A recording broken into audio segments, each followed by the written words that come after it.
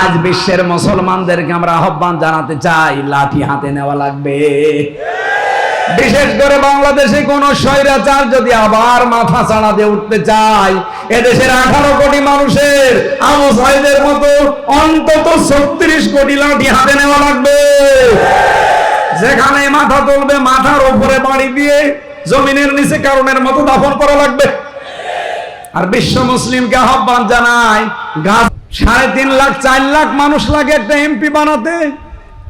এই 4 লাখ মানুষ যদি ওনারে সমর্থন জানায়, ভোট দেয়, রায় দেয়, পেছনে থাকে, ওনার দ্বারা যত ভালো ভালো কাজ এই দেশে সংগঠিত হবে, মরণের পরে সব ভালো কাজ এই 4 লাখ মানুষের আমল নামায় আল্লাহ দিয়ে দেবেন।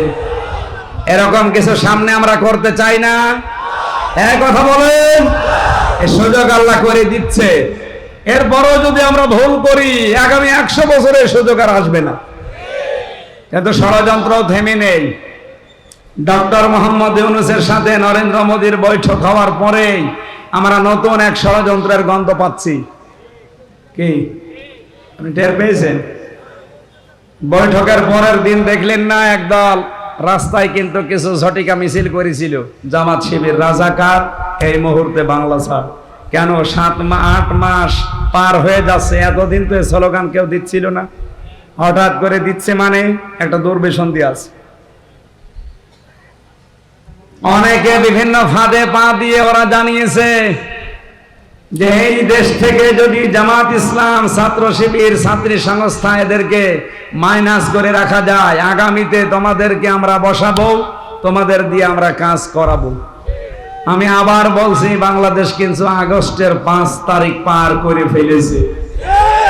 যতই ষড়যন্ত্র করেন একটা সফল হতে পারবেন না, কারণ এদেশে সবচাইতে আল্লাহর জন্য, রাসূলের জন্য, মানবতার জন্য সবচাইতে বেশি কষ্ট স্বীকার করেছে বাংলাদেশ জামাত ইসলামী।